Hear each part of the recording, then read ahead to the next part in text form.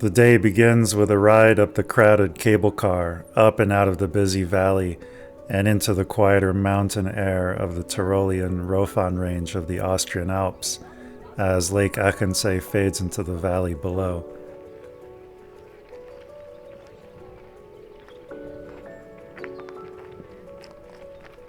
I'm here in Austria solo, in between trips with friends and kids, staying in a campervan and exploring these alpine mountains, and in particular the network of via ferratas scattered around the peaks.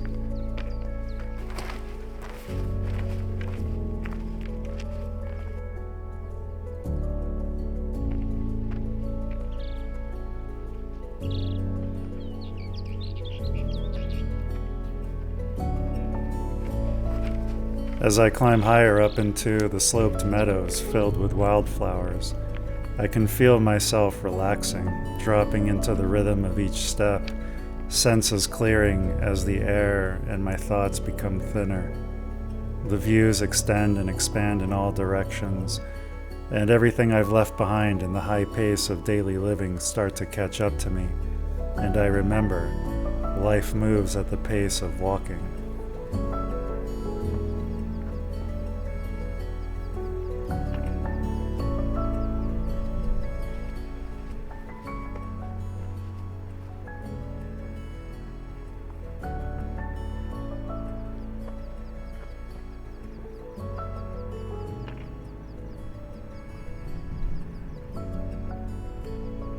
Via Ferrata means iron path, a way of traveling steep terrain with the aid of fixed cables. You clip in with a harness and lanyards tethered to the mountain rock. These iron paths were created almost a century ago in the Alps, when soldiers needed safe passage along high ridges and cliffs to maintain vertical advantages over the enemy.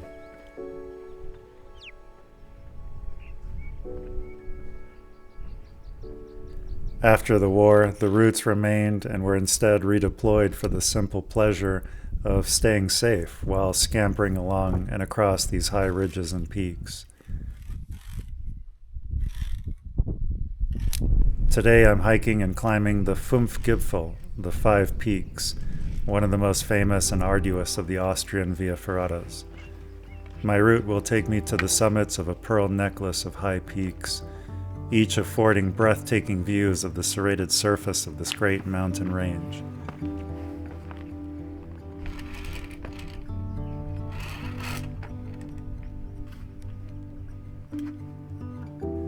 I fall into a rhythm on the iron cables, clipping and unclipping, breathing, moving, not thinking, letting my body lead the way as it knows how to do.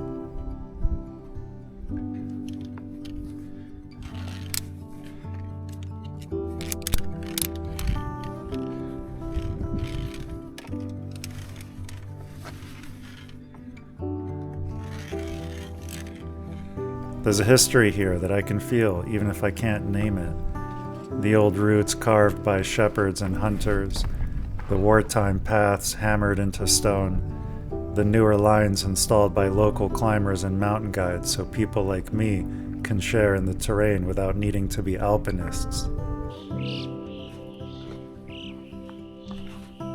The Alps have always been practical and romantic at once. Down in the valley there are bakeries and buses and timetables. Up here the only timekeeper is the sun and the shadows crossing the meadows.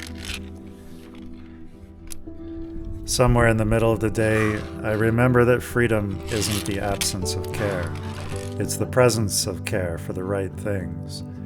Today I care about where my feet land, what the wind is doing at the edges, how my breath lengthens when I stop trying to impress anyone, even myself. I appreciate the rugged honesty I only seem to find in the mountain air.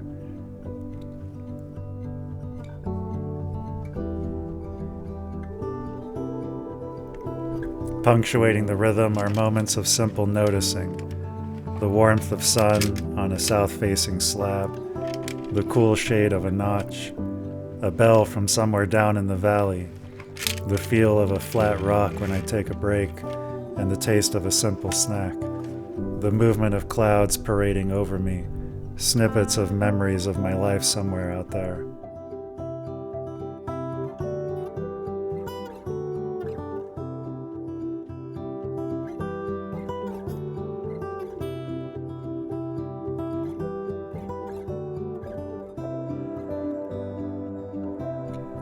I love this quote by Henry David Thoreau. I was reminded again that the highest point of a man's journey is not the summit he stands upon, but the view within that he gains from it. The mountain reveals nothing but itself, and in that revelation we discover our own nature, made simple and whole again.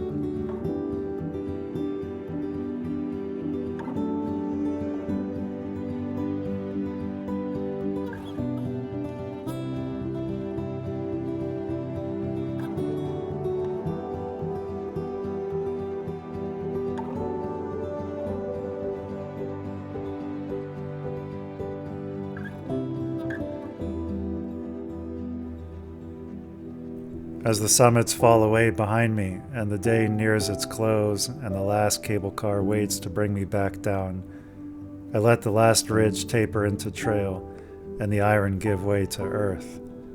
I make a simple promise to myself to carry this quiet rhythm forward, back to friends, back to my kids, back to the blessed mess of everyday life. The gift of today isn't the tally of peaks. It's the rhythm I found between and among them, the simple musical notes of clip, step, breathe, and the reminder that freedom lives in caring for the right things and letting go of that which is the static noise of the unneeded. Tomorrow there will be another line of iron and sky. Tonight there is only gratitude and a steadier heart to bring home.